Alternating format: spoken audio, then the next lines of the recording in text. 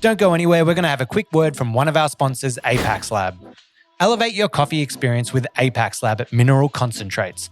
Apax Lab's precision-engineered formulas, including tonic, jam, and lilac, are designed to enhance the coffee's natural flavors. Not going to change it, it's just going to enhance it. It's going to bring out the vibrant acidity, the rich sweetness, or if you use lilac, it might bring out those delicate floral notes that you've been looking for. Trusted by world-class cafes and even barista champions, Apax Lab helps you unlock your coffee's full potential. Discover more at apaxlab.com.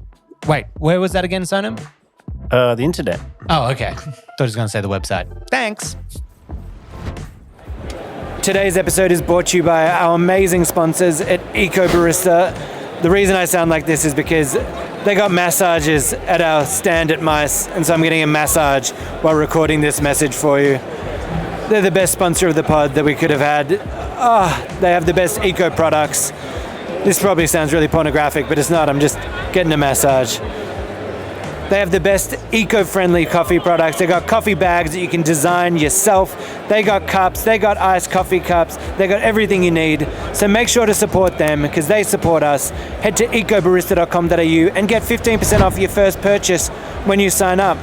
Oh, mama, that's good. We're rolling, baby. Oh, we're back, baby. He's back. We back, baby. The golden boy himself. Welcome back to another episode of It's Just Coffee. I'm Rowan Cook.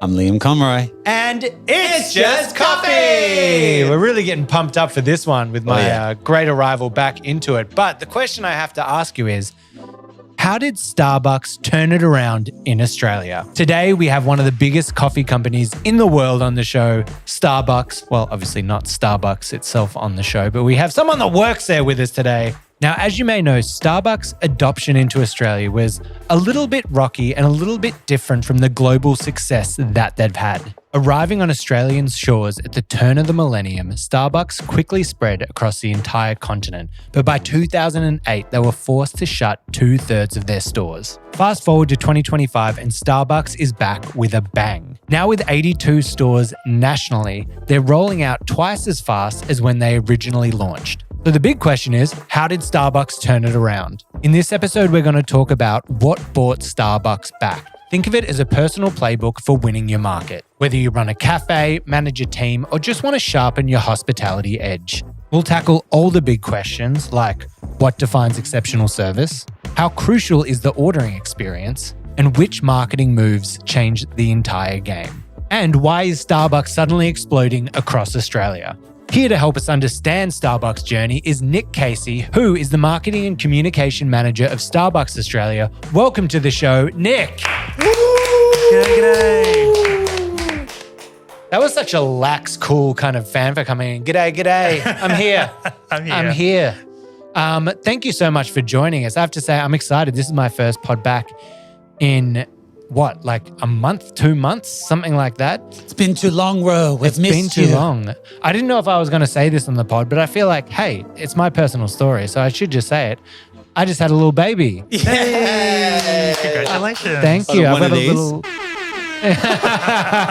That's their name. Yeah, that's why I put it Their there. name is. You have to just shout that out there. Goo Goo Gaga. Yeah, Goo Goo Gaga. No, they're 5 weeks old. Man, what a journey. It's so special. I love doing it. The exclusive has happened. The exclusive Straight off is the having bat. it. Well, I kind of wanted to bring it up as well because I'm planning of having Tanner Colson on the pod, who's social media, coffee influence extraordinaire, millions and millions of followers. He also recently had a kid, so I thought that could be a great pod for us to have to kind of chat about us doing what we're doing and balancing that life of being a dad as well. But that's not what we're here to talk about. We're here to talk about Starbucks. So first off, Nick, can you just give us a bit of a brief rundown of you being at Starbucks, what the people need to know? Sure. So I'm the marketing communications manager for Starbucks Australia, like you mentioned. We call all of our staff partners. So I would typically introduce myself by saying I'm a 4-year partner. Now, do you get the partner benefits? Are you in that big check, bit of a cutoff, or is it just a nice terminology? I think it's a nice little warm hug of terminology for sure. Yeah. But yeah, so I look after pretty much everything that has the Starbucks brand on it in Australia, from the jacket to our shop fronts, and everything in between. Now, if you're watching on YouTube or any of the shorts here, the jacket, fly as hell, looks amazing. Jelly. But you're telling us that this is also just a sample. This jacket is not mass made, which was upset because when you walked in, I'm like, why is he not bringing us a gift bag with these Starbucks jackets in it? You got to keep it exclusive. Yeah. You know, it's got to keep the kids wanting more. Yeah, well, free brand placement. I'm sitting here with my Lamazocco jacket on, so they gave me a free jacket. So now they're just getting the free plug here on the pod. I feel like they owe you for that one. They do. I want to see that paycheck coming in. Now, before we start grilling you with all of the questions, I just wanted to give a little context. Let's just dive into a brief history of Starbucks, where it all began and how it grew to the giant company that it is today. So, first opened 1971 by 3 university friends in Seattle. We all know classic Seattle. That's where it all started.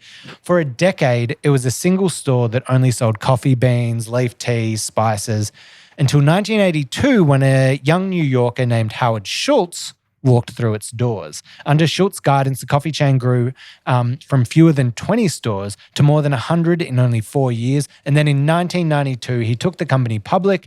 And at the end of the decade, Starbucks had some of, 2,500 locations in a dozen countries, which is massive.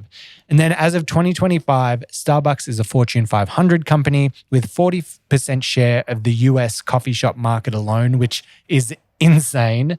And there are now over 32,000 stores in 80 different countries, which is wild. In Australia, the first Starbucks opened in 2000. So that's what we're going to be talking about today. Starbucks Australia. It opened in Sydney. By 2008, Starbucks had 87 locations across Australia, roughly 11 openings per year. Later that same year, though, Starbucks closed 2/3 of its Australian locations, reporting $105 million in losses in the first 7 years. But in 2014, Starbucks sold their brand license and the remaining 24 stores to billionaire Russell Withers, who brought 7-Eleven into Australia.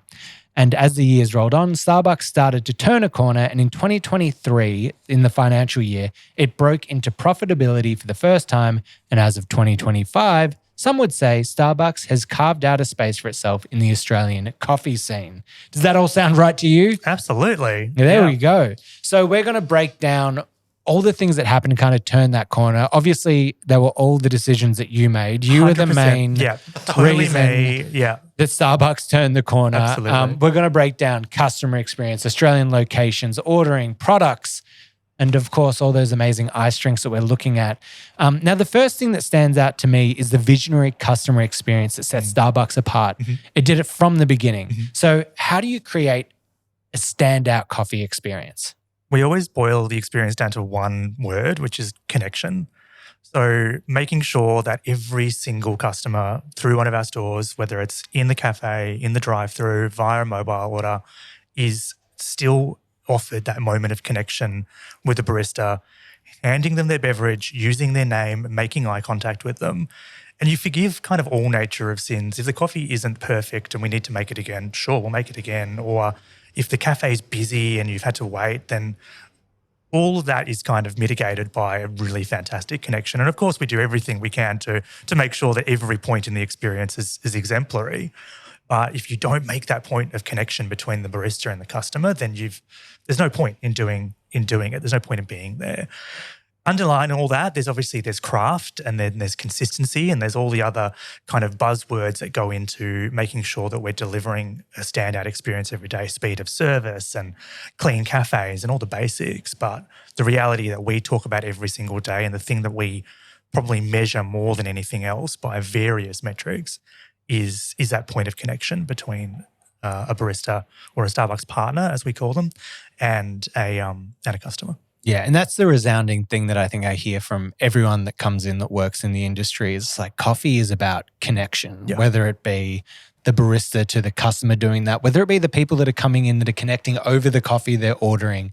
It's all about those like conversations connected, especially at the start of your day when you're coming in before work. You just want like a little bit of a pick-me-up to get you going, not just the coffee, but that experience. Yeah. So is there training for those like in-between skills? I guess like what you're talking about, that connection, that conversational thing. Do you like vet people for like natural tendencies, or do you like guide people like other partners, Starbucks partners, to like kind of build that skill set up? Yeah, absolutely. I mean, it's the thing that we recruit for is personality. It's the ability to hold a smile and mean it.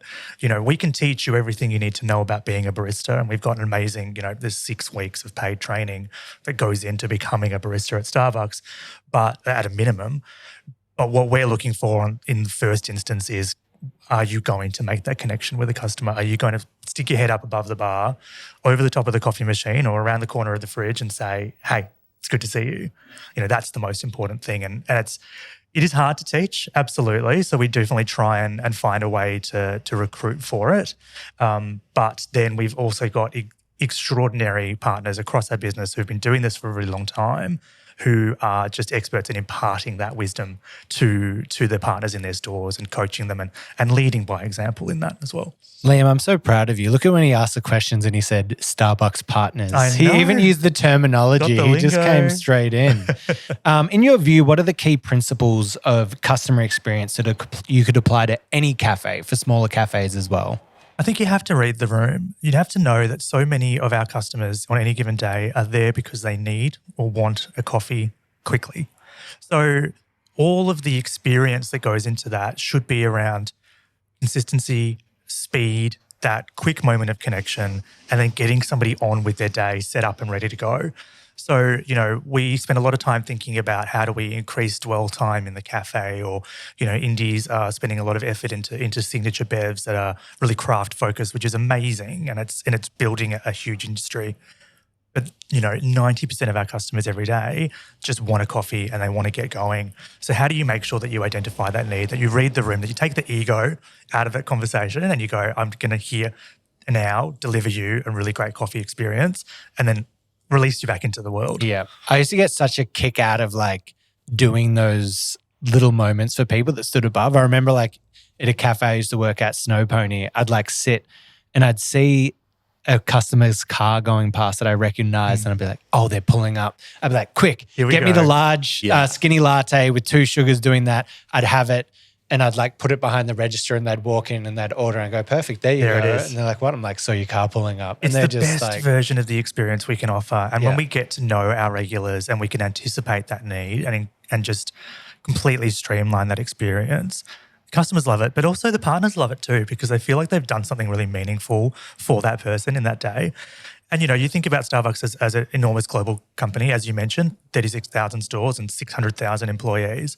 But we get this amazing feedback from customers every day who have gotten to know our teams in their stores and still developed exactly the same relationship with their local barista as you would expect from an indie cafe. Yeah, absolutely.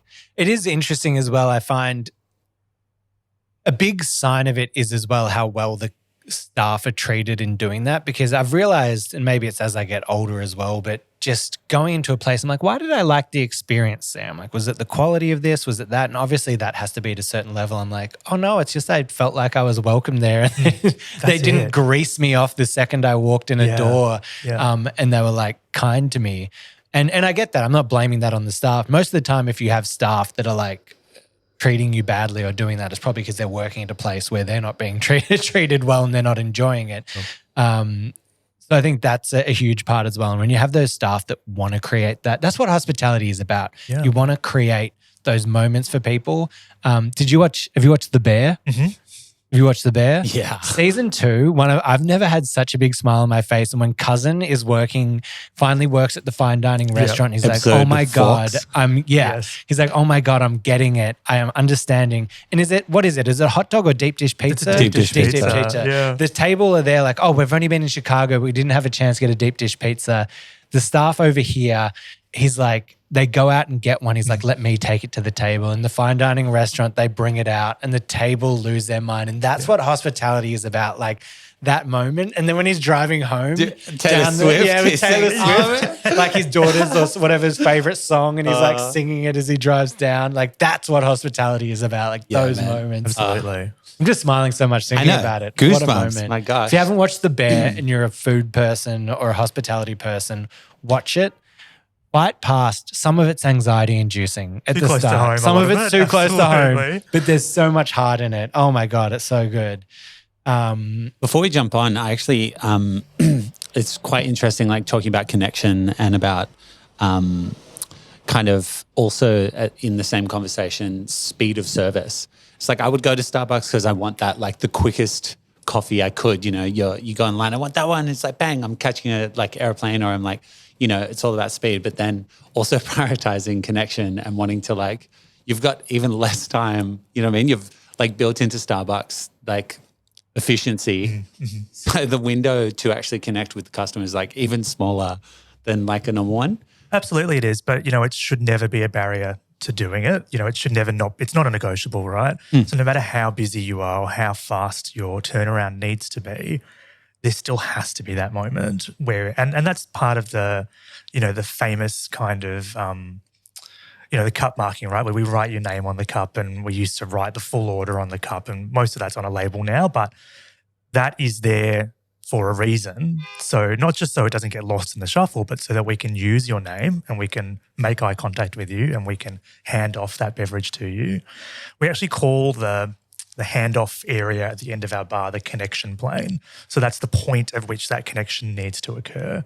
And even if you're a mobile customer and you've not interacted with a partner up until that point of your collection, that still needs to happen. We talk about speed of service in the context of drive-through probably more than we do in the cafe itself, because the cafe experience should be founded on making that point with the customer.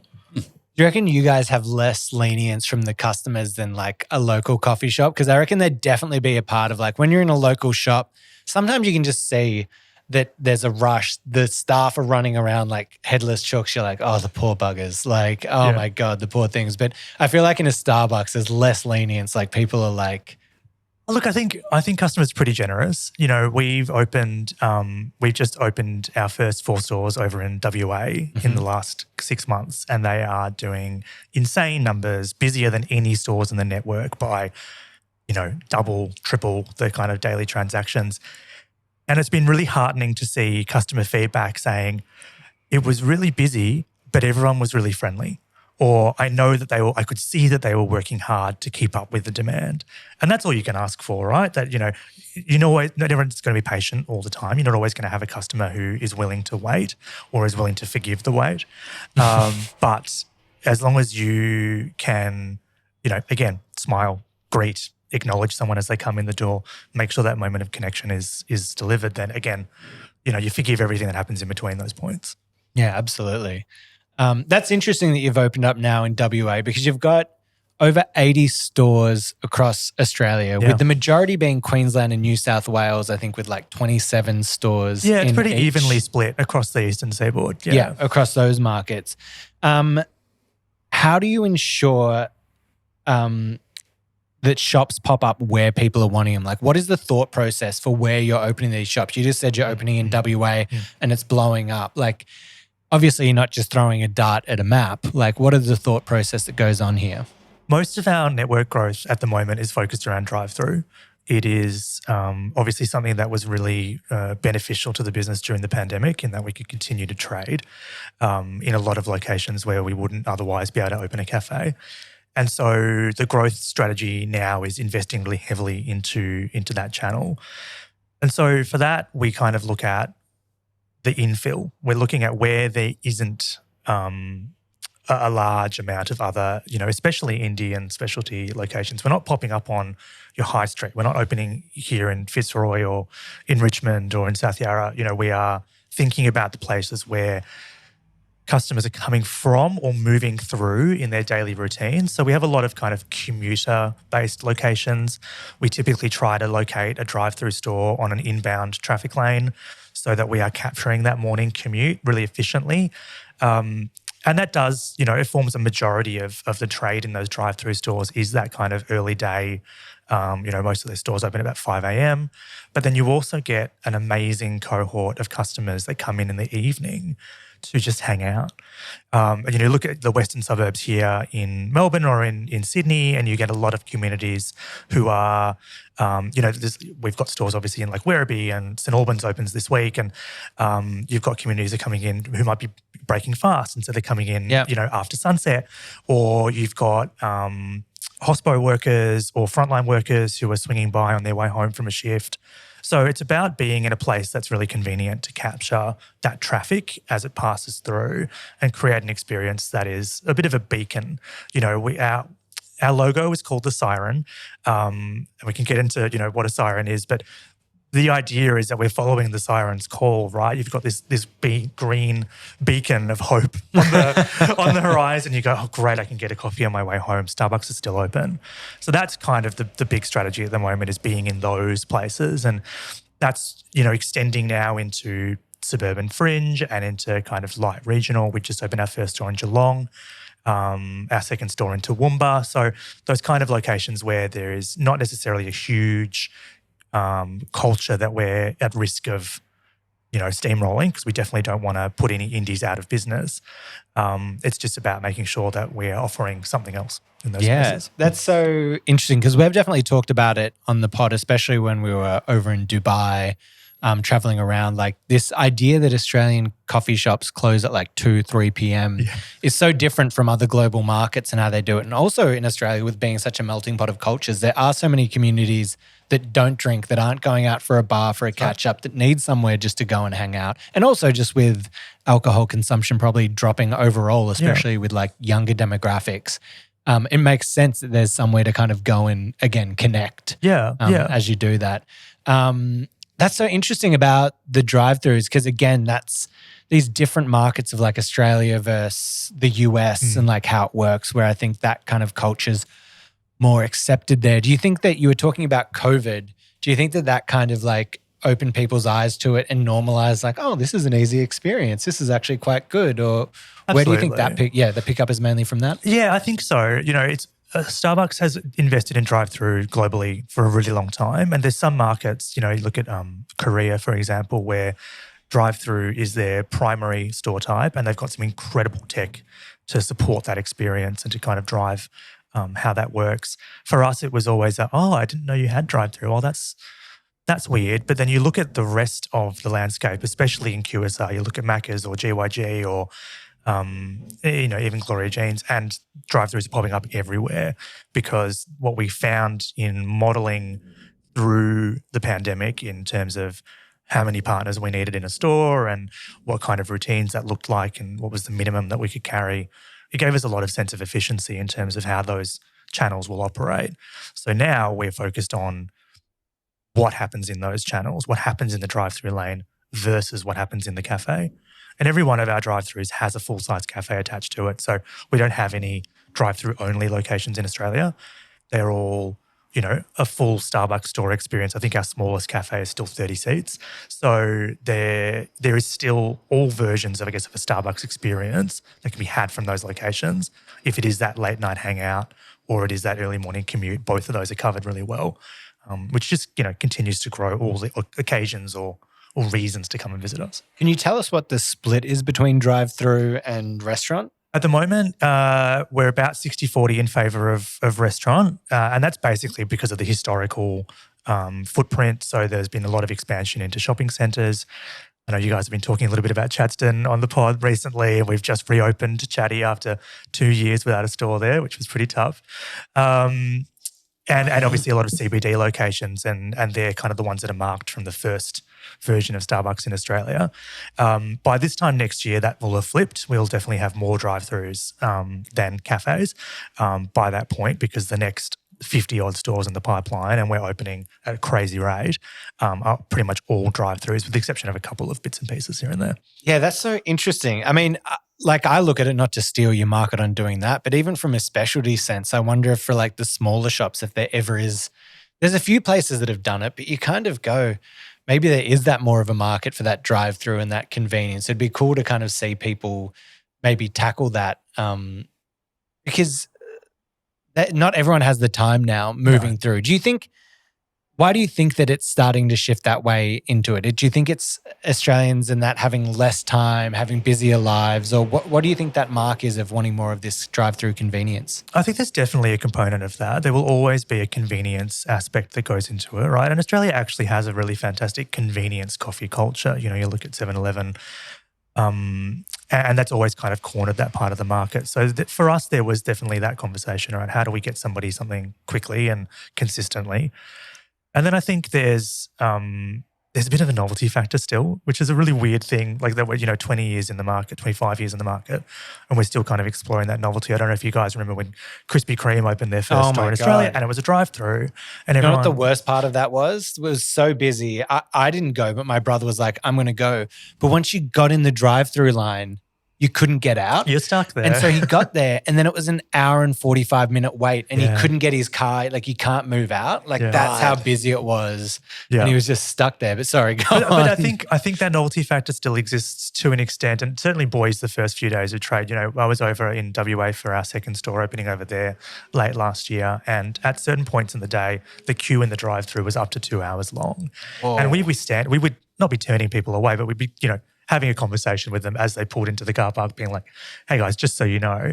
And they were like, "We don't care. We're just really excited that you're here. And it's more comfortable sitting in my car than standing out on the street. So I'll do that. I've got a podcast." I'm like, "Cool, here's a copy of the menu. Download the app while you're waiting. Read the menu. Give us an idea of what you want. I'll come back and check on you. Here's a bottle of water." This is Starbucks in WA. In WA, yeah. Oh my God. They were just chilling. How long were they waiting? 2 hours. Yeah. No way. Yeah. And they were just content. Yeah, and it's our store team are doing everything they can to churn through those orders. It's just that's how many people wanted to come and see us. That's how popular we were. So. I remember being in the States. I know we're going Australian centric, but I remember being in the States and like a few of the other drive-through chains, and seeing workers actually in the driveways to chat to you and to give you menus and to make that to have you ready and prepared and everything. Yeah, it's a really great experience, and it was a lot of the time it was me doing it, and standing in 40-degree heat in the middle of WA, running out with a bottle of water and a handout menu, and just having a chat to a customer. Because if you make that connection point again, like I was saying before, early enough in the journey, then they forgive the wait. You were chatting, that completely makes sense. Like kind of almost flipping the script, and like what you were saying, like you shock, bro. When you see the customer drive up with with their car and you make their coffee and you kind of like flip the script. That was always my kind of prerogative with hospo was you kind of shock them. You'd ask them an odd question that made them go, "Wait a second, oh, you're so engaged with me right now." You're like, "How was yesterday's basketball game with your son?" And they go, "It was really good. Here's your coffee." They go off going like, "How did you know that?" But a similar thing, you being in the driveway, having someone there to be like, "Here's the menu." You were saying how like Korea is very forward tech-wise. Are you implementing things there, or is it more to do with that? There's more people in the line, more like where is the efficiency coming from, and are you implementing that here? Yeah, look, we're definitely looking at it. So, I mean, Korea is a much bigger market than Australia. We'll caveat with that. There's over 3,000 stores in Korea, and something like 30% of the Korean population are Starbucks Rewards members, which is just insane. Whoa. So they're using things like license plate recognition so that they can preload your member profile and your order preference before you even get to the box. So that they're stacking and preparing for you so that experience is streamlined. The challenge is obviously that there is some degree of depersonalization that can come with that. We talk about it. We talk about knowing your order and knowing what you want. We call it personalization, and that is absolutely it. But what we want to still make sure is that the partner has that point where they can remember you from yesterday and ask you about the basketball game, as well as being really efficient. So there's always going to be a balancing act there. The tech in Australia is absolutely there, and there's definitely some QSRs that are looking at it at the moment. Like I know Macca's are exploring things like license plates or facial recognition tech in the drive-through. Just do license plate. Facial recognition makes you creepy. Just a little bit creepy. We're probably not quite there yet. For us, the optimization comes through what's the actual offer in the drive-through. So, we have a huge menu. We have a really wide assortment of products. What is the thing that's getting ordered the most frequently in the drive-thru. And you can think about that in terms of time of day, or even look at things like weather reactivity. We've got digital menus now that can respond to weather or other kind of external assets. And so then if you're streamlining that experience to the simplest bevs that are the fastest to make, that you can do well and you can do consistently. Similarly with food, we talk a lot about the one-hand eat. So what's the product that you can go through the drive-through with a toasty or a bagel or something in hand that's not going to take a lot of managing once you get out of the drive-through lane. So you build efficiency through the product and through that experience. Did you say you do it based on weather? You can do. What's the examples? We haven't got that switched on, but the signage tech that we use enables for it. So we could say basically, here's a regular menu, here's a cold menu, and here's a hot menu, for instance. Right. So if it's above a certain temperature, we might skew more towards cold beverages on the menu because we're guaranteed to sell them. That's cool. I can't wait for the first murder trial to be solved by the person getting caught because they went through a drive-through McDonald's, and it's just they were escaping across the border, but they went and ordered a latte with 2 sugars at McDonald's. It's already happened. And they scanned it's already happened. They scanned their face. I need to know what coffee order a serial killer's ordering. It's best not to ask. Yeah, it's best not to ask. Let's not find out because they'll find out it's my exact order. Exactly. And I'll be like, oh my God, no. That's it. With the drive-through thing, I feel like here in like you were saying, the one-hand eat or the one-hand drink in the morning, the commute for me, literally this morning, I was like, I don't have a spoon, no breakfast for me. But I have, we've got keep cups, we've got these on vessels that we take all of our coffee with. How do you kind of integrate that into drive-through things? Because for me, I'm I always, when I was in the States, I actually love Starbucks designs. It's like a swooped lid. Yeah, the strawless lid. Yeah. Oh, they're so good. I love them. But if I'm driving through and I've got all my my go-to cups and things, how do you kind of deal with that? I feel like even in a walk-in cafe, that can sometimes get a bit iffy. Look, we absolutely encourage it, and we'll give you a discount if you bring your own cup. It doesn't have to be a Starbucks. Oh, really? Cup. How Bring much? Your own vessel, you get 50 cents off your bev. Doesn't matter what size the drink is. That's awesome. And we'll always make the bev. We'll charge you for the size below the size of your cup. So if you come with a big cup, we're not going to charge you too much. In the drive-thru, it's a little tricky, but we do absolutely accept it. You just have to let us know. Just tell us at the speaker box, hey, I've got my own cup. It will slow down maybe the transaction ever so slightly because we might either, depending, we might decant it or we might make it, hopefully we'll make it fresh for you in your cup. But, there should not be any barrier to that experience. It's a sustainability exercise, number one, but it's also another point of connection where you, especially in the car, right? You've got that mug that fits your cup holder perfectly and it's your go-to. You carry it with everywhere. It always stinks at the end of the day because you left the milky coffee in the car. But that is that's what you want to use and that's what you feel comfortable about. Then great, well, you shouldn't get in the way of that. Through the pandemic, there was a couple of different ways to manage that. You'd see videos of us holding a mug out the window that you could put your cup in so we could handle your cup without touching it. We don't need to do that anymore as much, but there was a whole bunch of protocols that we developed globally to be able to continue to support that because, bringing your own cup, I think people got into it with the rise of Keep Cup as a brand, and then Frank Green and all these other brands kind of came along.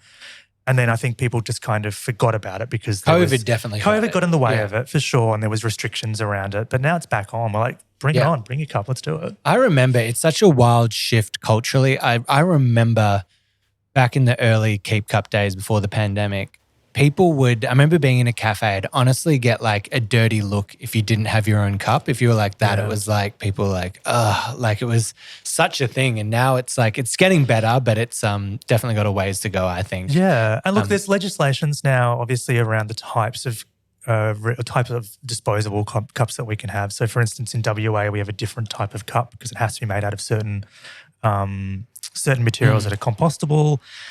We don't have plastic cold cups in WA, for instance, as a result of that. Everything's in paper.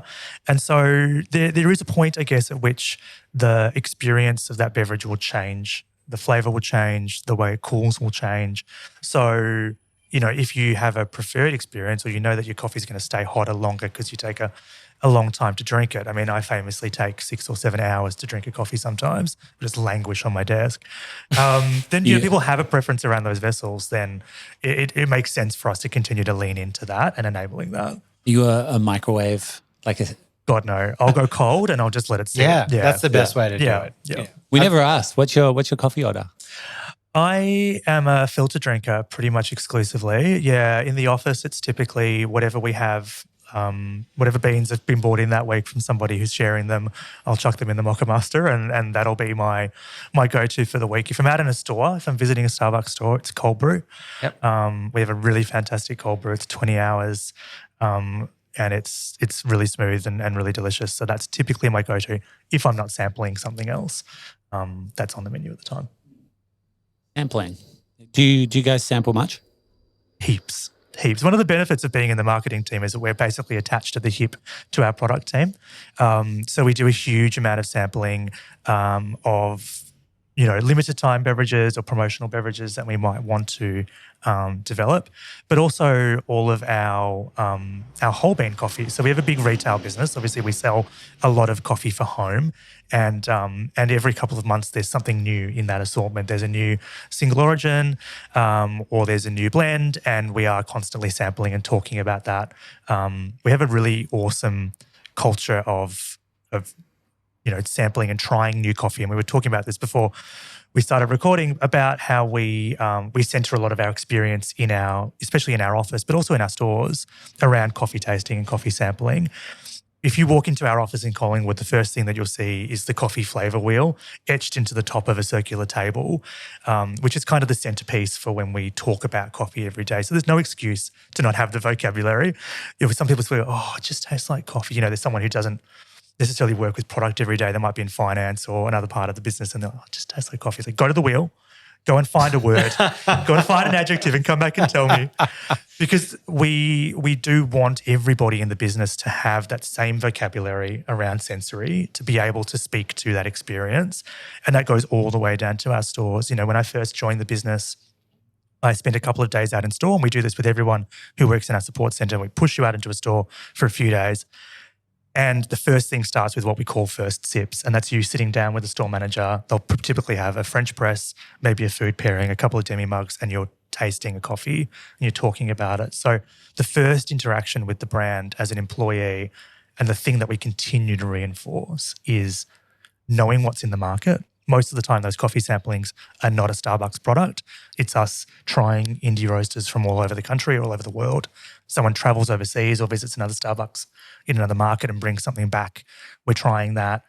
And sometimes they'll have 3 or 4 of those in a week in the office because someone's come in with something and gone, hey, you guys should try this. It's really great. Every week? Every week, yeah. Oh, that's really impressive. I mean, I feel like people on the outside, this is kind of a nice eye-opening thing for us. Obviously, you're a giant company, so there's certain stigmas that come with that. But I would say that Starbucks is kind of viewed as a giant company and not anyone that actually cares about coffee. So that's actually interesting that, not only your own coffee, but you're going outside to independent roasters and that and trying it. How do you use that to inform decisions that you're making in the business? It's really important for us to use, especially what's happening in independent businesses as the benchmark for what's good in the market. We have obviously a really big global supply chain, global R&D behind us. And so quite often what we're bringing to market has been through a few filters and a few places. But for us locally, we're not looking at the local indie as a competitor. We're looking at it as a source of inspiration. When we're thinking about the things that we want to drill into or dial into, or the ways that we want to express specific products or trends, then that's where all the intel comes from.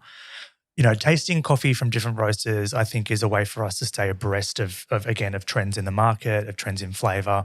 And it has actually led to us to kind of skew the way that we build some of our basic coffee drinks every day. We are beholden, I guess, to using Starbucks' signature blend as kind of the underlying base of most of our espresso. But we've also got things like blonde and medium roasts that are available to us every day.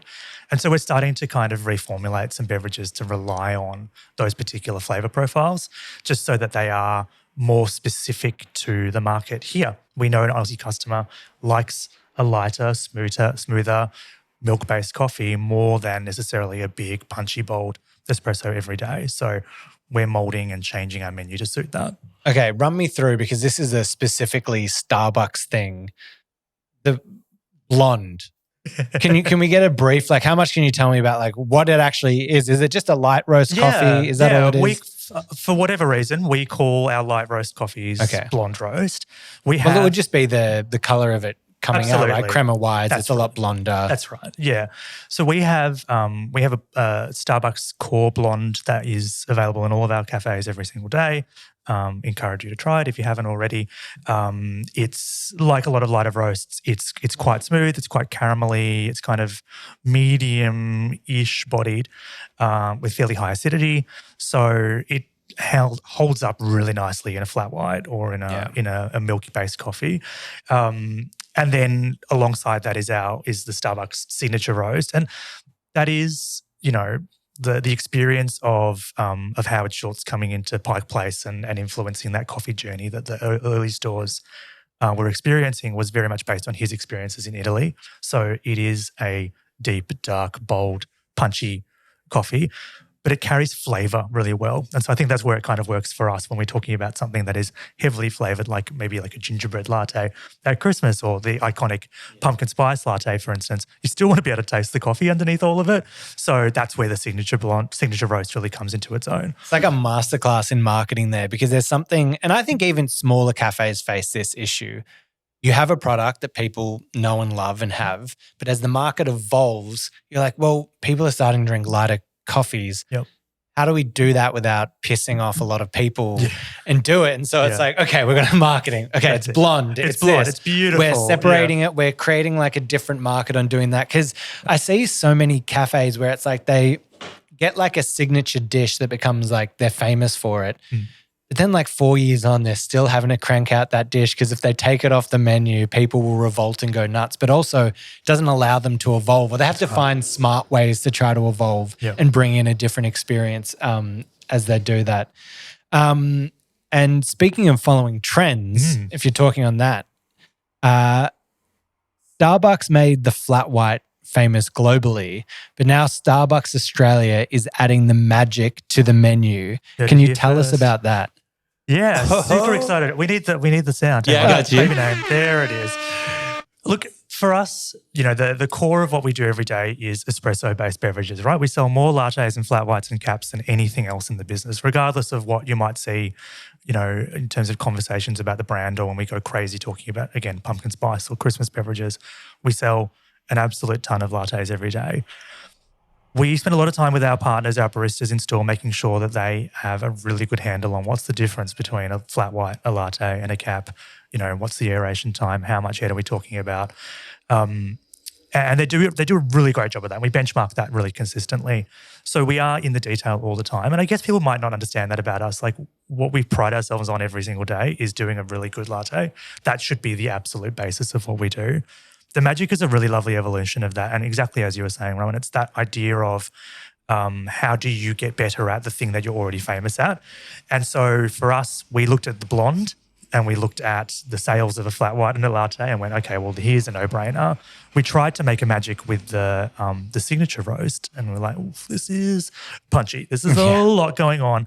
It felt a bit intense. And then we made it with blonde ristretto shots and it was suddenly the smoothest, creamiest, most awesome drinking ever. And so we kind of went, if most of our customers, the majority of what we sell is a latte and the majority of those is a tall size, which is our second size in a rack of 4, it's 12 ounces. It's a big coffee still. It's a lot of milk. A lot of milk. So for a customer who's not necessarily ready to downgrade all the way to a piccolo, what's that nice sweet spot in the middle for that flat white or that latte customer? So the magic just makes sense in that space. It's also a chance for our baristas to flex every single day that they know what they're doing and they can show off a little bit, which is really cool because they don't necessarily always get to do that when they're pumping out, flat white after flat white. So if you can stop and do that kind of perfect pour, it's a trick because we don't have the right cup size for it. So you're pouring a cup, to, the milk to a certain point in the cup and you're making sure that the shots are, it's a chance for us to reset some training and some expectation around that craft as well. So we can make sure that, a 20, 25-year partner who's been doing this for a really long time, and we have them in the business, is still staying really dialed into the truth of coffee, and a chance for customers to try the blonde as well or try tasting Starbucks coffee beyond a flavored beverage. Yeah, that's so cool. Because I guess a cortado is kind of similar to that piccolo, but I feel like the US market kind of has that. Maybe a cortado is a little bit bigger, or they have that kind of stepping ground between it. Whereas a piccolo is just all of a sudden this like giant drop in size. That's it. In coffee. So that's kind of like a nice middle ground that works well there. Interesting. Like for me with Starbucks, it's like you order a flat white and they go, what size? With a Magic, is it like just a stock size? Like it's just as it comes. The Magic as it comes. Yeah, nice. As it's intended to be. Yeah. And we're being really serious about it. We're not making a Starbucks version of the Magic. We're not calling it something other than that. We're not calling it the Melbourne Magic or anything like that. We just went, how do we get that thing that we all actually drink ourselves on the menu? Because our partners are drinking it in store, customers are ordering it already. So let's just make it part of the core offer. Yeah. And it's crazy that like literally the flat white is now globally known. I lived in the States for a while, like from that. But I'm here to say definitively the flat white is an Australian invention. It's not a New Zealand invention. I know there's a lot of debate, but it was created by Alan Preston. There were Italian farmers up in Queensland, and they were used to having their coffee just kind of like mocha pot with milk added to it so it was flat. So when they were getting espressos, they were asking for it to be made flat with no foam, and that's where the flat white was born. And if you don't believe me, the first recorded the first listing of it was on a menu for Moore's Espresso Bar in Sydney in the 80s. That's the first one. Mm-hmm. The flat white is Australian. Absolutely. And look, Starbucks will lay claim for taking it to the rest of the world. Yeah, and it did. Starbucks did take it to the rest of the world. Actually, about the flat white in Starbucks parlance, and this is possibly part of I wouldn't say it's a contributor, but I guess it's emblematic of the journey that the brand took in Australia before we changed ownership, was that when Starbucks across the Asia Pacific market adopted the flat white, they changed the formula slightly from, I think, maybe what was originally intended, and it came out really milky. The ratio of shots to milk was just way off. So when we did a bit of a reset when we changed ownership, we actually increased the ratios of espresso in all of our coffee beverages, but the flat white was the real kind of significant point where we went, actually, you know what, by default, it needs to be at least 2 shots. Yep. Otherwise, it's just insipid. And I know that because when I first started creating content online, I was talking about the differences of drinks, and I was like, flat white, single shot, less foam. And just the internet is just like, the Starbucks employees, it's like, a flat white's a double shot, a flat white's a double shot. Absolutely. I'm like, it was never a double shot. That's you guys have changed it. Now I'm getting yelled at and told what a flat white is by some American Starbucks employee. I mean, we invented it. If you're getting a 12-ounce coffee, then you're going to want it 2 shots. Yeah. Otherwise, it's just nothing. And as well, I feel like a lot of cafes are now moving into that like more double shots and like that kind of thing in a lot of their coffees anyway. So I think that whole kind of world is starting to shift anyway. Now, one of the interesting things coming out from the American market to the Australians, I didn't know whether this is like one of the reasons why Starbucks had a rocky approach when it first entered, but just different styles of drinks, so much customization, so many different things. When Australians, we were just mainly espresso drinkers and we would just have flat whites, lattes, long blacks, whatever it is. Do you think that was some of the issue coming in when Starbucks first launched? And how have you approached it now, being successful with that level of customizations and hitting that Australian audience in the right way? Yeah, I think it's a double whammy. There's a little bit of perception, I guess, about what Starbucks was when we first launched in Australia. And, like you said before, we came to Australia in 2000, and there was the height of American media, using Starbucks or versions of Starbucks as kind of the cornerstone of what coffee and what consumption looked like in those marketplaces, right? So, you'd see coffee habits coming out of shows like Friends or Seinfeld, and so you have this really kind of idea of, okay, American coffee is just coming out of a pot. It's just drip out of it's been sitting on the back bar for hours on end, and they're just drinking these gigantic cups worth of drip. And so there was a certain perception, I guess, around Starbucks as just being focused very much on brewed coffee, and then conversely having this other brand on the other side of the Frappuccino, of the blended, flavoured, whipped cream topped beverage. And incidentally, the Frappuccino turns 30 this year, so had already been in market for a little while by the time we came to Australia. God, I'm older than the Frappuccino. God damn it. Oh, no. It's a funny milestone, but there it is. I'm going to have that on my tombstone. So Invented before the Frappuccino. The perception of the brand was very much, it was one of those two things. It was either it was drip coffee, which wasn't really popular in Australia at all, or it was these blended, flavoured, intense drinks, or it was a Nora Jones CD. It was the soundtrack of a store that you could buy. Yeah. We had the CD rack at the start of the store. If you this Nora Jones CD with your flat white to start the day. Exactly. So it was all of these kind of experience drivers that weren't necessarily unique to or specific to the Australian market.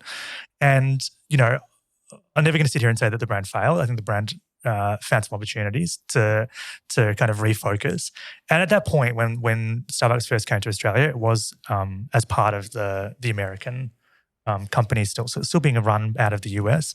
And so adapting or changing the menu was hard to do because of the global supply chain that fed into it and all of the development and everything that went into it was coming straight down from Seattle. Fast forward 25 years, we're part of the Starbucks Asia Pacific group. So we are, worth caveating, probably should have said this at the top, Starbucks Australia, 100% Australian owned and operated. So we are doing our entire thing here in Melbourne ourselves. We have support from maybe a dotted line up to the team in Hong Kong who manage ingredient sourcing on a large scale and connect us with all the Starbucks global properties like the beans and the brand. But the reality of what we do every day in Australia, all those decisions are made here in Melbourne by our tiny team with a real focus on the Australian consumer. So that's where we've been able to, in the last 15 years or so, be able to adapt and change that offer.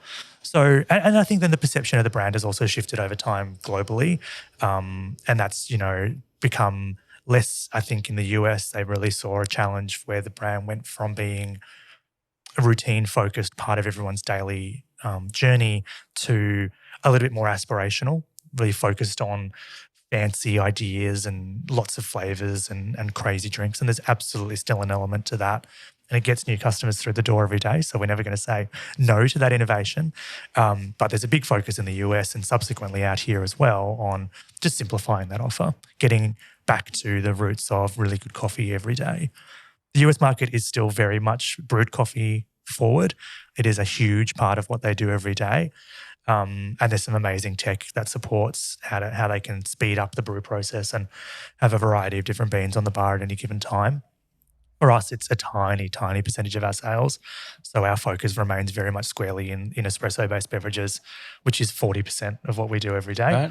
Right. So it's, it's our kind of bread and butter. Yeah. And I would say, I've probably got American listeners that are going to be like, you're an idiot. But I feel like America has just that level of personalization, but not only for drinks, for anything. You go into a bagel shop and it's like, I want a light schmear, this, that. Whereas here you walk in and you go, I want that one that's on the menu that's already pre-worked out. And even when you say on TikTok, there are the girls that'll do their Starbies order, going through, and they'll even do fun things where they go to the person working there, what's your favorite one? Yep. And it's white mocha with a double pump and a thing with the extra cold foam with the slash of this and a da-da-da-da-da. Yep. And they're like, oh my God, it's incredible. But I'm like, no one that I know in Australia would ever be ordering their coffee to that level. Do you have that customization growing, or how did you work out the customization for the Australian market? It's huge. So we, that TikTok drink, that, the white mocha with the caramel drizzle and the chai shots and the whatever. Whatever, that's the one. It's delicious. Don't get me wrong. It tastes great. It's very calorific, but that's okay.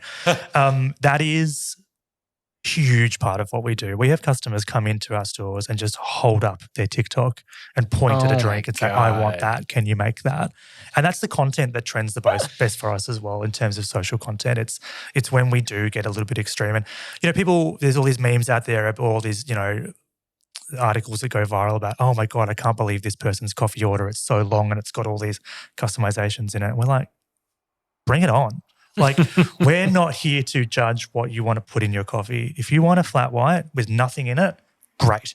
If you want that drink over there with all of the bells and whistles and it's upside down and it's shaken and it's got whip on it, that's also great. We have zero judgment about this. And So for us, it's about how do we make sure that customization is super accessible, it's not super expensive.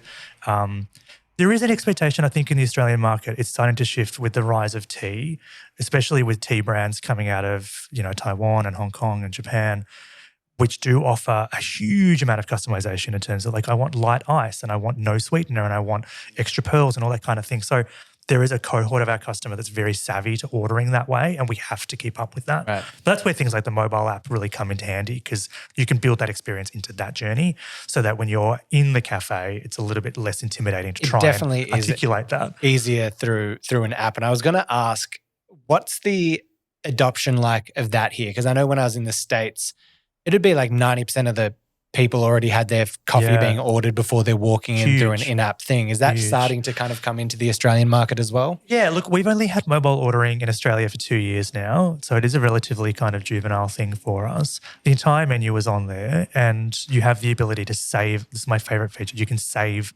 your favorite beverage. So if you've got a beverage that's got a heap of customizations, or you just can't be bothered pumping it in every single time, you can just save it as a favorite. We've got a reorder button on the home screen, so you can just hit that straight away. Same store, same time, same beverage, which is really, really cool. So at the moment, it's sitting at about 15% of our sales are happening through the mobile channel. Some stores transact a heck of a lot higher in mobile. Our CBD stores, especially, you look at, here in Melbourne Central has our highest rate of MOP or mobile ordering in the country. And that's because of the proximity to RMIT, right? The uni's right across the road. We see that similarly in a couple of other markets around the country where there's a uni or a big kind of corporate hub or something like that that'll drive that adoption. In a drive-through, not necessarily as popular because you're already kind of delivering on speed of service through the lane. That being said, you can schedule an order up to 2 hours ahead with us. So if you wanted to do that before you left the house, because typically you drive past the store at this time every day, then we're intercepting that journey as well. So it is absolutely growing. It's and like I said, there are some markets, especially like Korea and Japan, where it is a really big part of their everyday.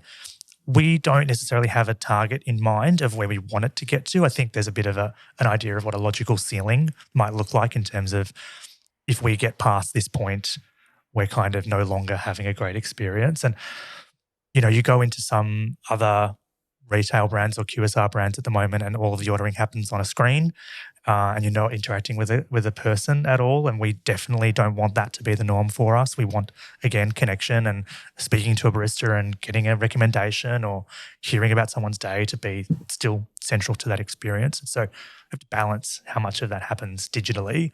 On the flip side, from a business perspective, you save on labor, because you're not actually having to go through the process of going to the till and placing an order, and you can skip the queue. So there are cost efficiencies and kind of margin upsides, I guess, to both.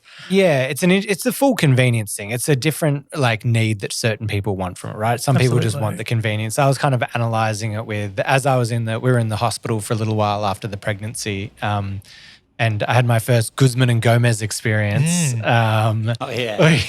Welcome to the fray, baby. But you could see how much work that obviously they want more people to use the app and to cut down on that time. And they've got the offer of getting a free burrito if you sign up to the app. So they're having to incentivize it so much to get people on there. But then you can see once you do use it once, you're because we were across the road in the hospital, you just go on the app, same thing, you have it there, you're beep, beep, beep. And then it's ready at a window when you walk across. So you're I'm not stuck in this place for long, I can quickly get out. So it's an interesting thing that Starbucks has a different model of we want to offer the convenience in doing that. But for the in-store, we still want to give that, especially being a cafe, I think, that kind of personal experience as well and making sure that you don't lose that. And there must be a lot of work had to put in to get people for that adoption of using the app and that kind of thing. Not as much as you'd think, to be honest. Oh, really? It's actually been relatively straightforward, which has been great. And I think it has come down to those kind of key points around just removing the complexity. Do you have the entire order available to you there? Can you do something quick like saving a store or saving a favorite beverage? And so then it kind of becomes intuitive. Part of what we also did is we used the app as the loyalty card regardless of whether you're using it to order. So you're using the app. A regular customer is opening the app every time they're in the store anyway to scan their loyalty card. They can still scan a physical card if they want to, but most users will have their card on their app. So the app environment is in front of them every day. Yeah. And so if you've earned a free beverage or you've got a birthday reward or any of those kind of key loyalty drivers, that's all there in the palm of your hand. And you can choose to transact it through the till or you can do it mobile. For us, it's about meeting the customer where they are in any given day, right? And again, it comes down to that no judgment thing. It's like if you want to order on the mobile, come in with your headphones still on, with your, never look at anyone, never talk to anyone, that's fine. We totally get it. That's I feel like a point of difference in the cafe culture. I know baristas that would refuse service, even bartenders that refuse service if your phone is on or, just from a point, if you're like, no, if you don't want to interact in any way. I saw a funny TikTok of someone like a Gen Z are kind of going the difference of Gen Z and millennials. It's like millennials want to walk into their cafe and have the person be like, Rowan, how are you? How's the family? How's the dog? Oh my God, how was that trip that you took away? And the Gen Z is like, I don't want them to look at me. I don't want them to acknowledge me. The second they learn what my actual name is, that's when I stop going to that cafe. It's like, I am a ghost. Do not acknowledge me. Yeah. And look, we see it. People use for the weird trend of using fake names in the app, or when they sign up to be a rewards member, they use a Finsta name or whatever, because there is that weird cringe about people being known, which is such a strange thing because we want to be able to deliver the experience that you are looking for. So you kind of do need to let us know you a little bit and let us in. But kids thought that was so funny when they were young, like going to a Starbucks and they're like, what's your name for your order? And they're What's like, your coffee name? Gunther von Schnitzel. and they're like, ugh. And the person behind the counter's like, oh, I hate you so much. And look, I should dispel the, for a long time there was this prevailing myth that we would deliberately spell your name incorrectly. Yes. For some reason, it kept popping up on socials that, they spell your name wrong so that they have to call it out more times to get your attention. I don't really know what the logic was behind it. We definitely don't do it. Sometimes people's names are just really hard to hear. Look, but now, obviously, because we're using the mobile app or whatever, if you scan your card, your name's already there, so you don't even have to worry about it. We'll get it right every time. It's like, you got my name wrong. It's like, it says here you inputted that. You wrote that. Sorry. Now, one of the really interesting things is most people in the coffee shops will kind of know traditional coffee machines. What is the difference between a regular cafe's coffee machine and Starbucks coffee machine? What technology are you kind of using to streamline that process and also increase the quality of every cup? So we use a thermoplan Mastrena machine. So most Starbucks stores, you'll see them at what's called the Mastrena 2. Rolls off the tongue. It does, doesn't it? Every store in Australia, Starbucks store in Australia runs the Mastrena 2 machines, and every store has at least 2 machines. It's a 3-hopper machine. So we can run 3 different beans simultaneously through the machine at any given time. So so grind is in the machine. It grinds, tamps, does everything all in the one machine. So what's really cool about that is that the machine is really precisely calibrated or pre-programmed to know the difference between the beans and the different hoppers, to adjust the grind size and to adjust the extraction time based on the different beans. So we will always have typically, our signature and our blonde, and most of the time a decaf in those 3 hoppers. Sometimes we might do a limited run on a single origin Colombian or an Ethiopian, and so that'll go into those, and we'll switch out the programming on the machine to make sure that dosage is always 100% correct. We calibrate the machines manually twice a day, so we have to do shot run-throughs and cleaning cycles to make sure that they're working at kind of peak performance. And the Mastrena 2 actually has a little star that pops up to indicate a really good shot quality. And sometimes when it doesn't come up, we're like, far out, quickly run a calibration or switch to another machine so that we make sure that we always deliver. So if we don't get the star on that shot, we will not hand out that beverage. So what is the star measuring? The star is measuring what the, is it the flow rate, the time, how long it took? So you're like, hey, we know we want to be in a 25 to 30 second window or whatever. Right. And it's being the grind is in. Is it automatically adjusting the grind, or is the barista adjusting that grind setting as you go through? The machine is always calibrating the grind. We can't, because we want to try and maintain a degree of consistency, obviously, across the globe, we don't allow our baristas any kind of influence over the programming, so they can't break into it. Yeah. They can't change anything. It makes sense. It needs to be the same product. That's wherever right. And you go. We can't even either, so I couldn't really give you the specifics of what's happening underneath the hood. But when we're doing those calibration processes every couple of hours, we are timing all of the shots just to make sure that we're landing within the window that's expected for them. Wow, that's so cool. So you've got the 3 hoppers, it's running through, it's got all the recipes that are going in. What then happens steaming, making milk-wise? Yeah, so it's still a completely manual milk process if you want it to be. It has, all of the milk ones have thermostats in them, so they have an automatic cutoff. So when it hits 71 degrees typically, it will cut itself off.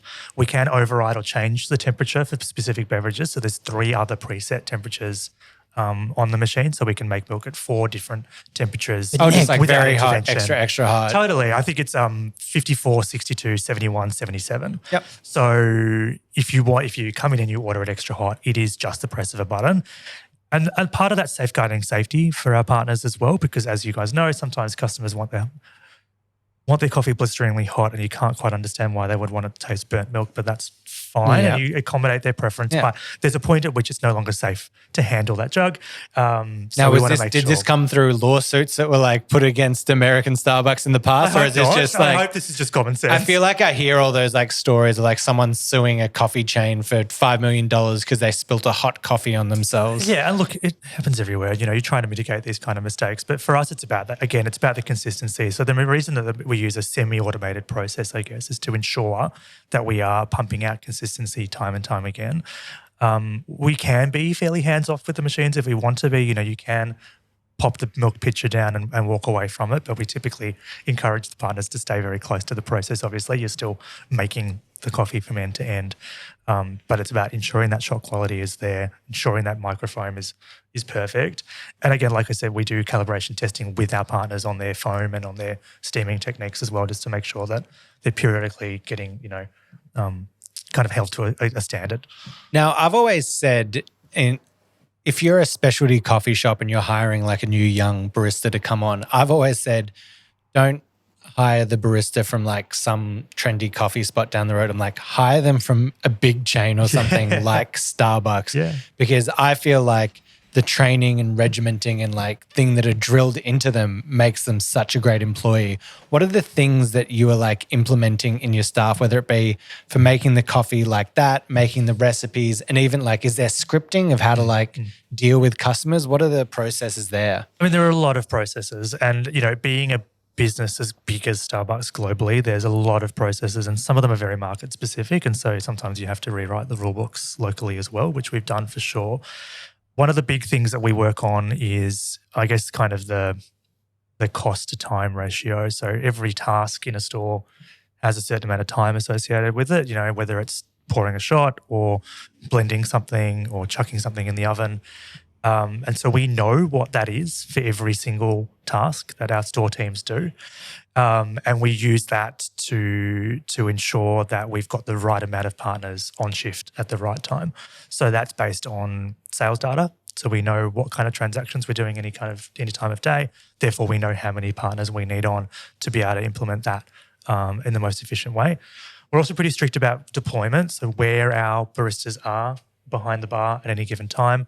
You're on the pause, you're on the hot bar, you're on the cold bar, you're on food, and then that'll get rotated through over the course of a shift so you don't have someone stuck in one spot. It then slows down things like collisions behind the bar when you're trying to cross over from blender to machine or those kind of things. So it's about building efficiency in the routine for our partners to do their jobs really, really well.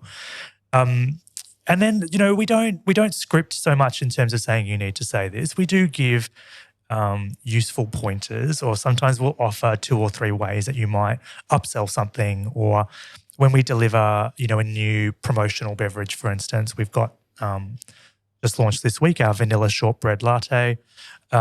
We told the stores what food pairings are best. So then if they are looking to upsell food to a customer, they've got a couple of things that they can quickly reach for that are front of mind that they can use. So we do our best to kind of scaffold as much of that as possible. And again, a lot of that is global best practice. Those food pairings or something will have already been thought about or tested by another market, and we look at it and go, yep, we've got that, we can do that, that's easy. Or sometimes you go, oh, actually, no, we're doing something very specific here in Australia, we need to change that process as well and model on it. So it can be quite regimented, and I think it's the inverse for us. Like when we say let's hire somebody new, it's easier to hire a green bean, as we call them, than it is to hire someone with a lot more experience, because we would break all of your experience and change all of your routines to fit into the machine, I guess. But what we hope is that then develops a really strong set of transferable skills that you can take on into other hospo or retail jobs. I think that's the difference. And I look at you do want, even if it wasn't going to be someone hiring a barista from like a chain or something like that, I would say hire someone who's just young and eager and doesn't know much, so they learn. The worst is when you get someone with like bad habits who wants to tell you how it's done and what it is. Whereas I find someone that would work at like a Starbucks has efficiencies. They work smart, they work hard, they know when things need to get done. If I'm not doing that at that point, then I can put myself over here and help out in that way. Yeah. And that they know that there's those efficiencies. Otherwise, it'll be people like, hey, what are you doing? I'm like, they're like, oh, there's no coffees to be made. It's like, well, go polish some cutlery or go do this or go do something. They're like just standing or sitting down behind the bar. You're like, never be sitting down in front of customers or doing anything. Yeah, and that's exactly. And the challenge of having kind of regimented deployment can be that, yes, if for whatever reason there's a lull in action on your station, then you need something to do. And we will always have secondary, tertiary tasks that you can pick up and do at that point, because you should always be busy. A customer never wants to come in and see a bunch of idle staff behind a bar. It's insane. And when we've got a big cafe and a lot of stuff going on, there's always something to clean. That old adage, if you can lean, you can clean. It's very, very true. So, we want to make sure, or stop and talk to a customer. Yeah. Better yet, stop and talk to a customer. Yeah, don't talk to another employee. Go out and talk to a customer. Yeah. Now, you were talking before about different recipes and like how it's kind of come, whether it's locally or overseas. Obviously, Starbucks has famous seasonal drinks. I know, especially in the States, there's all the pumpkin spice when it comes to and all that. Yep. How do you come up with the signature drinks here? What is it like for the Australian market? Because we are quite a small market by comparison to the rest of the Starbucks universe, at 82 stores, we're the third or fourth smallest market globally. Who's the smallest? Probably Brunei. Take that, Brunei. One store or two stores maybe. Don't quote me on that. But we are kind of at the end of a very long piece of string, I guess. But we are very fortunate as being part of this Asia Pacific cohort, working really closely with the team in Hong Kong on development. So quite often the Hong Kong team will release limited time signature drinks and we'll have the option to buy into them. So we'll look at it and go, yeah, that feels like it'd be great for our market. We can take that at the same time. And so quite often you'll see the same signature bev pop up in multiple markets within, weeks or months of each other. There are some points in the calendar that we will always hit, pumpkin spice being one of them. That's a global launch, despite the fact that it's a fall or an autumn drink in the US. It's obviously our spring. We typically launch it around the end of August, start of September. Because it's a global moment, I guess, in the Starbucks consciousness. Fans of the brand know it. They expect it. They speculate about the date that it's going to launch. They set their own countdowns. They harass us like you wouldn't believe to make sure that we deliver it on time. And so we'll always kind of do that. Locally, beverages like the Magic or variations on things, we'll go through a couple of different processes. Is there something that's really specific to the Australian market that we definitely want to nail, like the Lamington Frappuccino that we did at the start of this year? That was entirely local. And that was because we used core ingredients that we always range. So in terms of being able to focus or pivot to that beverage is quite streamlined because it's stuff that we have every day. When it relies on a specific ingredient or something a little bit unusual, that's a little bit harder for us to do locally. There's definitely suppliers here. There's definitely access to all of those amazing syrups and powders and additives, but doesn't always happen as easily through here. Quite often we are led by what's happening out of Asia. But that's also where a wealth of knowledge and market research and feedback and trend forecasting comes into play, when the whole market can come together. There's 15 markets in the APAC umbrella, when we can all share that intel, say this is what's trending, this is what's working, then that's when we can take the best of and bring that to Australia. Yeah. Is there a signature drink currently that people are just sitting on that you're like, oh, that's actually delicious and needs more love? So at the moment we've just relaunched this week actually cinnamon dolce. So it's like a cinnamon sugar flavored latte. We used to run it every single year, and then the rest of the market stopped running it. But it's sold really well in Australia. I think I mean, and we typically bring it out kind of autumn, winter. It's a real kind of warming spice, but it's not too full on. And we absolutely love it. So we've continued to run it, and we've just brought it back again this year. And for the first time this year, we've done it in our format that we call an iced shaken espresso, which is a, ice and coffee forward version of an iced latte, effectively, and the cinnamon dolce version of that. Absolutely slaps. It's so good. It's just enough flavor, but it's still a really kind of punchy coffee drink. So really good. Yeah, we've seen the birth of all those drinks, I think especially from the US, but then coming into Australia, a lot of it like through social media with those different types of drinks. What have you found, like what is the power of social media for Starbucks Australia? Like how has it affected you as a brand beyond the global market, like just in Australia? Well, it's interesting. You kind of can't separate it from the global market, right? Because the brand is so ubiquitous at a global scale, customers don't make a distinction between what they see from Starbucks and from Starbucks Australia. So quite often, like I said before, you get customers coming in saying, I want that. And you're like, I can make 3/4 of that, but we don't carry that one other thing or that one particular ingredient. Here's an alternative. Here's what we can do for you instead. So there is a degree of that. The local version of that is absolutely growing, and we're doing a lot more work with influencers and getting customers, getting product into customers' hands for them to try and speak about. But it is, you'd be stupid not to think it's the only way we can kind of connect with customers. It is so important. TikTok, obviously, absolutely huge in terms of the immediacy of that content, and the way that content gets shared is, it's so different to on Instagram. We might have done, here's a beautifully composed, probably expensive to produce photo of a beverage in perfect lighting, and we spend a lot of time and we work with a food stylist and a photographer, and it looks great. Or here's the janky video of me making a latte in the office, and hot tip, it's usually me, making it in the office and just going, here's how I make X. And you know this, right, from your content as well. That's the best performing because people want to just see behind the curtain. Well, people want real. Process. They don't anything that looks like an ad to any point. People aren't interested in. As soon as it feels approachable, it's like, okay, I can buy into that. But, and we're now using that as ad content. We're now using it as paid content because it performs so much better than anything else we could do that's static or design led. So there's a bit of an evolution happening for us in terms of the way that we go to market with social, in terms of being, we call it faces on feed, right? People first, seeing the beverages in the hands of the people that make it, and again, finding those points of connection. And when we do something really silly or we fail, that also does really well. We did the blindfold whipped cream challenge, and we all did absolutely terrible jobs of putting whipped cream on top of a drink, and it makes us look terrible, but it also makes us look kind of much more relatable. Yeah, you're much more human. Yeah, absolutely. Now, what are some funny stories? One thing that pops to my mind with kind of social media having a big impact is Pedro Pascal when he got papped. We actually made the drink on Golden Brown just to talk about how many milligrams of caffeine there was in it. But Pedro Pascal got papped coming out of a Starbucks. And I think his order was... paparazzi. Yeah, paparazzi. not pap schmeared.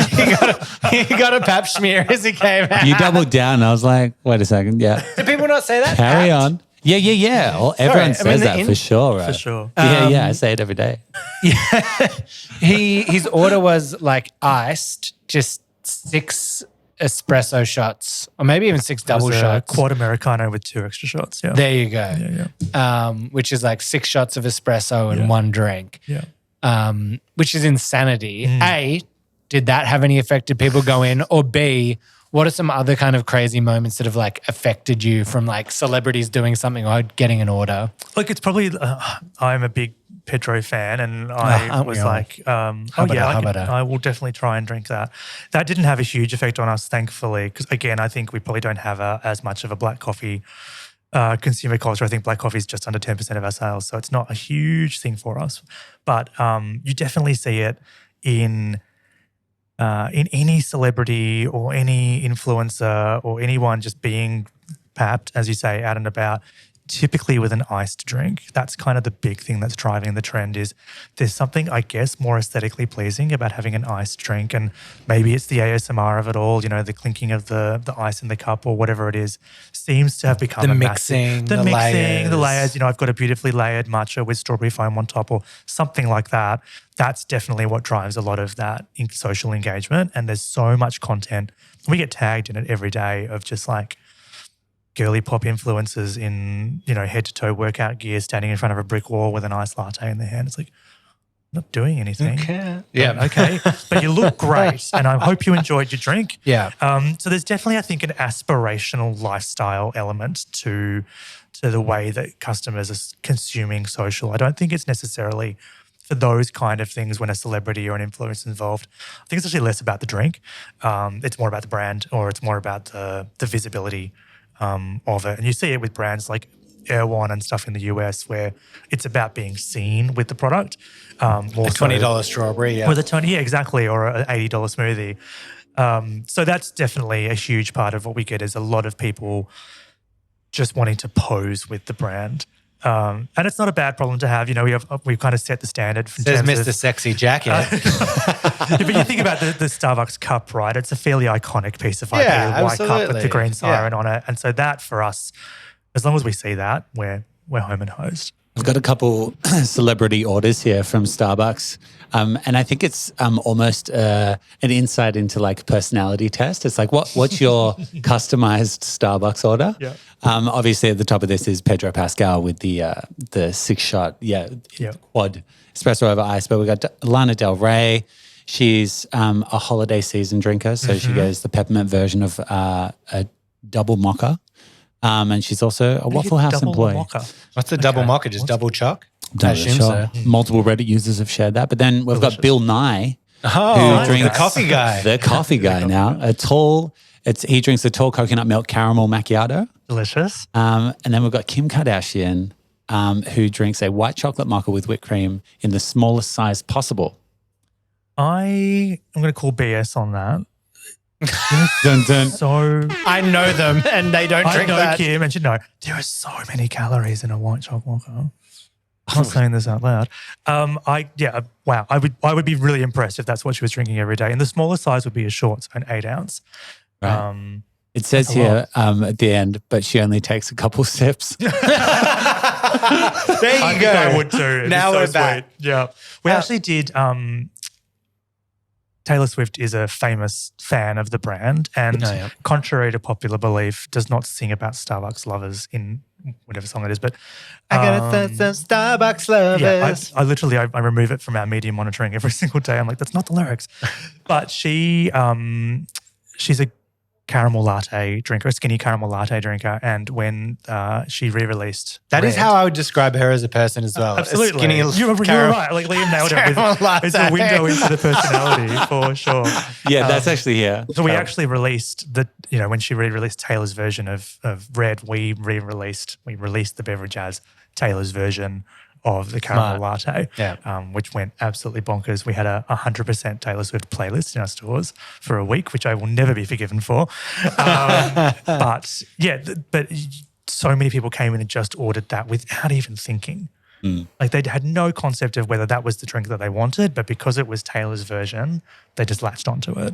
I think there is a bit of that. There is I'll do the copycat thing, or I'll get what that girl said on socials that she tried and she really liked. And then you go, but I didn't like it. You're like, okay, well, that's fine. Come back and try something else. That's okay. My last one that I'll say, just because I enjoy the end of this, is that Ariana Grande gets a soy latte. And surprisingly, she opts for the venti instead of the grande. Yeah. There you go. I had to get that. I understand. Boo. Do you have a jeering? Do you have a sound effect of boo? Probably. I need to get I'll add that in here. Now, you mentioned before one of those orders was a caramel macchiato. I'm going to put to bed a question that's been plaguing the coffee community for years. A macchiato is an espresso with a little bit of milk, a dollop of foamed milk on the top. Yep. But then Starbucks is out here doing caramel macchiato, which is a giant milk-based drink. What on earth does that have to do with a macchiato? We've got Nick from Starbucks here. Please explain what is going on. Look, it's a little bit cheeky of us, but reality is macchiato means marked, right? So it means that you're staining the milk with the coffee. So for us, yeah, there's just a bit more milk and there's some other flavors in it as well, but we are still pouring the coffee through the milk like you would a regular macchiato. Oh, so no, but a regular macchiato is coffee stained with foamed milk. So you're flipping it. You're staining the milk with espresso. That's right. So it's still stained. It's still marked. All right. The other way around. And then just a healthy, drizzle of caramel sauce on top. And then just wax some caramel. Look, it is one of the most popular Starbucks beverages worldwide. I know when Starbucks first came to Australia in the 2000s, it was my daily go-to. And it's just delicious. Well, we got to the bottom of it, guys. One of the most popular drinks, the caramel macchiato. That's the story behind it. My favorite Starbucks drink, this man right here. Hey. Oh. The tall drink of coffee. Is that what? You say water, but we'll say coffee. Yeah. I'll take it. All right, we're running out of time here. We've got so much to talk about, but we're just like cranking on. We will get into a few things. I want to talk a little bit about data and decision making because I think that's something that's, but especially for small cafe owners, the world is quickly evolving and you have to keep up or get out of the way. So Starbucks famously uses a lot of data to inform store layout, product development, and marketing. Can you give an example of how customer data shapes decision makings for you guys? Yeah, absolutely. And look, caveat this with we're definitely not the only brand using a lot of data. It's it's kind of ubiquitous now in that it's very much the MO now in the industry. We capture a lot of data through just regular transactions. So what happens through the pause? What time of day were you in? What days are more popular than others? What products are you selling the most of? We also have, that first party data, so things that you've told us about you. So when your birthday is, for instance, or your preference for a particular store, a particular product. And so you can use all of those to shape, journeys for the customer to go on. The thing that we're focusing in on at the moment is really around your propensity to buy a particular product or a particular category. And can we use that to potentially encourage more visits out of you? So last time we saw you, you bought this. So are you likely to then buy this?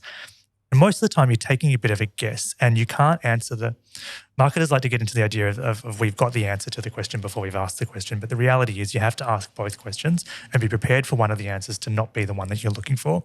So in those kind of instances, we might say, okay, last time we saw you, you bought a caramel macchiato. Therefore, you might be interested in other things that have caramel flavor in them. So we'll send you an email next time we've got that caramel beverage to say, hey, do you want to come in and try this? Because we're not going to articulate because we know what you bought last time. We're just going to say, hey, this might be interesting to you. There's two possible outcomes from that. Yes, you come in and buy something. No, you don't.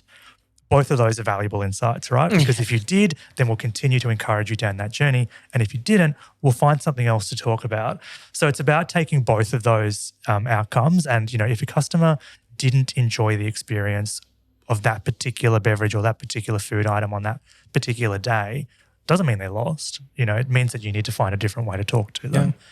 And so it's not nefarious. I think a lot of people get this idea that like, oh, you capture all this data about me and what are you going to do with it? And it's like, I'm using it to enrich your experience. You know that I like a sausage and egg muffin. Good, buy another one. Yeah. It's that straightforward, right? Yeah. And it should just be, we are using that data to make your experience of the brand that much better every single day. Spotify does that so well. Like you go into your what is it called? Discover Weekly. You guys need to Discover Weekly, like a menu things. Man, I love all this. the data kind of stuff of like going into that and just finding out what people are ordering or like what the most common thing is, or like, did you know on this sad day that after X team lost the football grand final in Sydney that more caramel frappiato, like fat sugary drinks were ordered because everyone was sad, or like, weird things or correlations that like tie into it. Speaking of... Are you sad? You should have this. Yeah. No, but there are so many funny things where it's like the connection, like... I can't remember what it was. It was like after a tragedy. Not to talk about tragedies, but after 9/11 in the States, the viewership of the Food Network just skyrocketed because everyone was so sad and everyone was so traumatized that watching like a drama like Grey's Anatomy, people are like, I can't deal with all this stress. And everyone was just going to food shows because they were comforting and nourishing and warm and fuzzy. We see it in election weeks. Yeah, okay. Yeah, customer behavior completely changes. Typically, we see a little bit of a downturn in trade the week leading into an election because everyone's kind of girding their loins, I guess, for a potential outcome or what it might mean for the economy. And then in the week after, if it's, everyone's kind of happy with the outcome, then you get that buoyancy back into trade. So, yeah, it's a funny one. You can kind of track those trends. We probably don't spend a lot of time on those, I think, because it's really easy when you have a lot of rich data to kind of hyperfixate on a particular hypothesis or a particular outcome. For us, again, it's just about streamlining the process and what are the most useful data points every day. Now, out of those different data points you're using, what do you think the most effective one that a small cafe could implement to help their businesses? Or where do you think the biggest growth is going to be for small cafes? It's got to be reviews. It's got to be people have to think about reviews as data because it is actual, it's qualitative information about what you have done and when you have done it. And people don't like to get into the detail of a Google review, or they like to respond to a Google review when maybe they didn't need to. But the reality is, if you're a small business owner, it doesn't cost you anything to get that. That data is freely available to you, and it's a really, really useful tool. There are some programs or agencies or people out there that can help you to aggregate that data so you can identify keyword trends. We do that at the moment. We've got reporting on what are the words most used in reviews of a certain star type. So we filter them out and say 5-star reviews, have a tendency to be towards experience or a friendly barista or rather than the drink. So that's interesting. Or then a 1-star review might typically be more around a wait time, whereas then, so you find the different trends within the different buckets and you use those. But you've got to treat it as trends. I think it's really easy to look at a data point at a single point in time and get stuck on it. And you have to allow yourself some grace and some time. And I think for a small business, it's going, okay, what did the last 30 days look like? Or what did the last 6 months look like in terms of that trend? Or comparing those two and saying, has it changed? Have I improved or have I moved the needle? Because I think all of that is, the customer that takes the time to tell you what they think is likely to be the customer who's more likely to re-engage with you. Mm-hmm. So if you can, again, identify the trend and make those little tweaks or changes, then you're in a really good stead. The other thing I would say is, every small business is using a POS system of some sort, whether it's Square or whatever, that gives you so much information about the time of day, types of product, days of the week, all that kind of key behavior. So if you can start to track a little bit of that, for us, what that informs is how much stock we hold of any particular item at a certain time of day, how much we're wasting in terms of food or milk or whatever else. So you can minimize that cost to the business.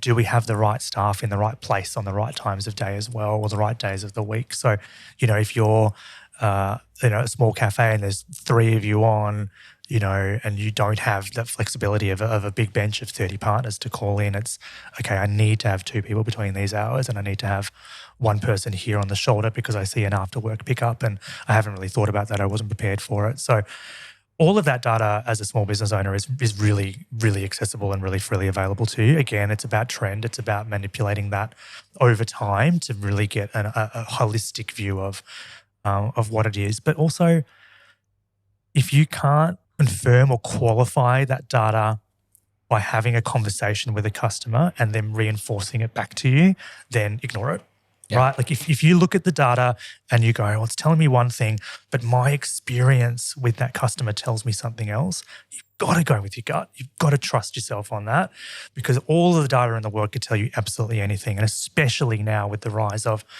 tools to disseminate data with AI, we're going to get all sorts of skewy, wild ways of seeing results. And it's very easy to accidentally lean your thumb on the keyboard and skew your results in a particular way that you didn't even know or that you've got an unconscious bias about. So if you can't qualify that with real world examples and real world conversations, it's not that valuable. Yeah. Now, data, one thing that I want to know, what are the top 5 coffee orders from Starbucks across the country? I'm going to make you guess.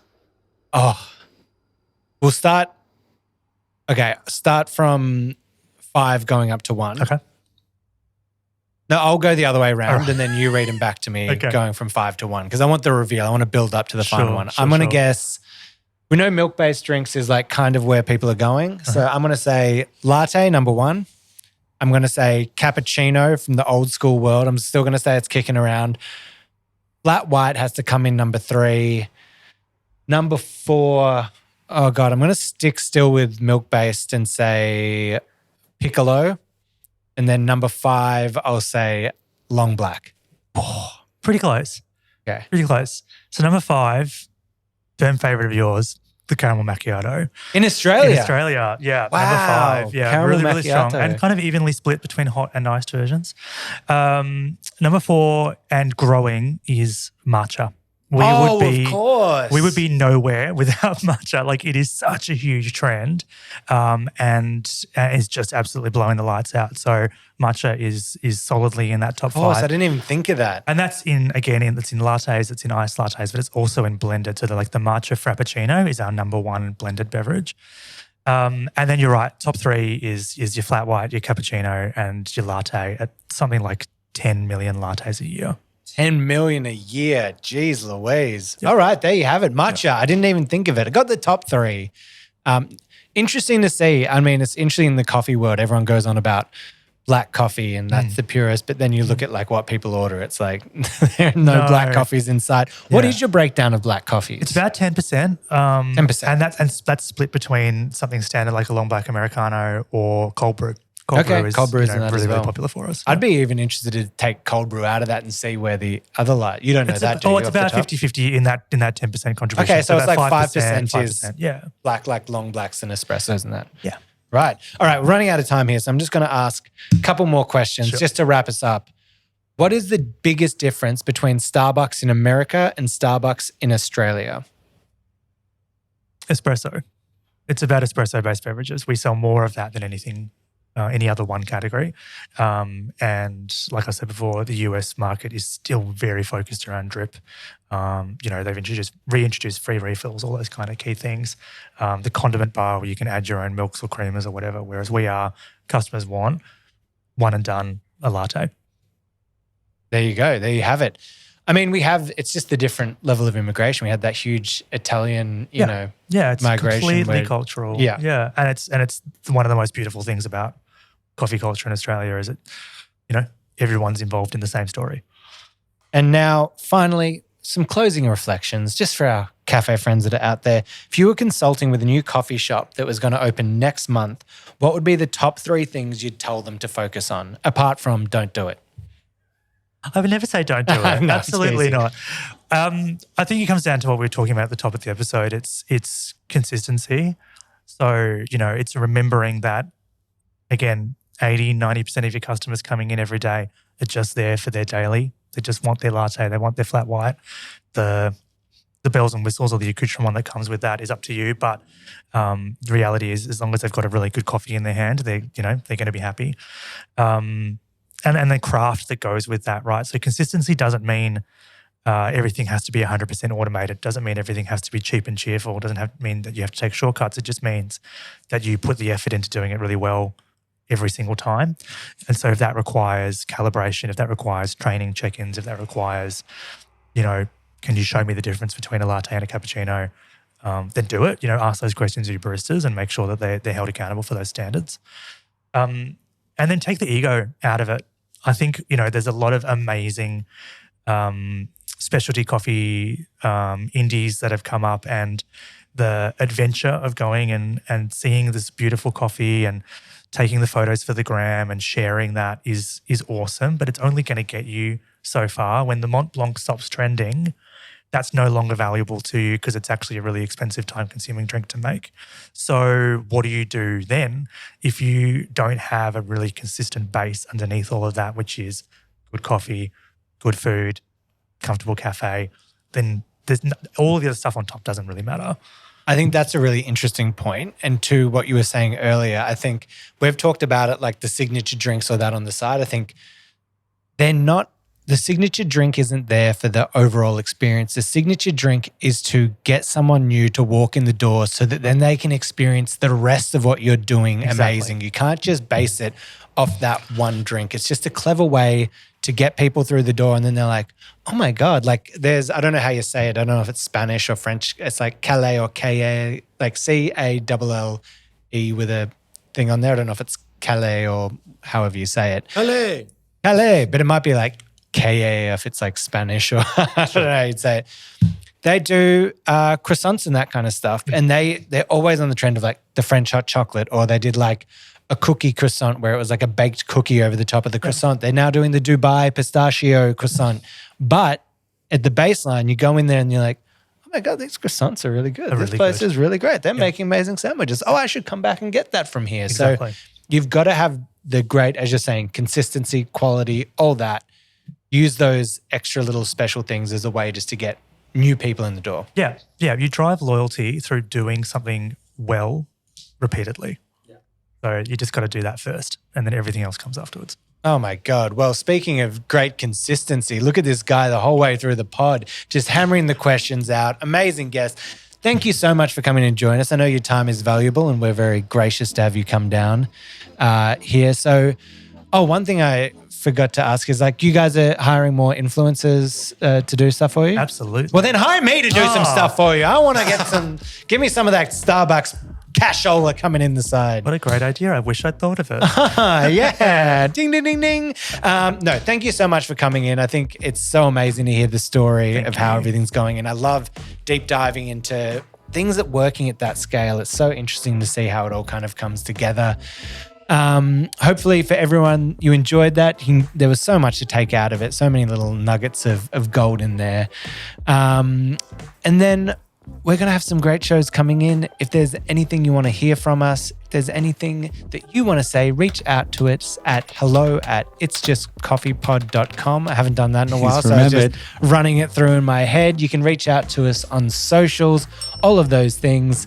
People love to beg for you to subscribe to their channel and all that kind of stuff, but I'm not going to do it. I'm not.